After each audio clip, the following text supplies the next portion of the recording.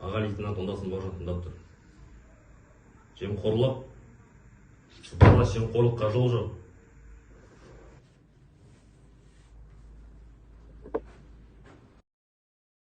Үлкен әлеуметтік қасірет болып табылатын, саяси дамуды құлдырататын әлемдегі әрбір елдерде болатын жағдаят.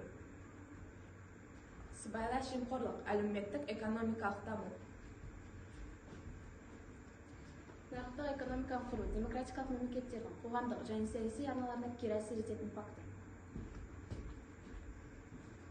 Сонымен қатар сыбайлас жемқорлықпен пәрменді күресу үшін құқықты түсіндіру жұмысының деңгейі мен сапасын арттыру керектігінің маңызы зор.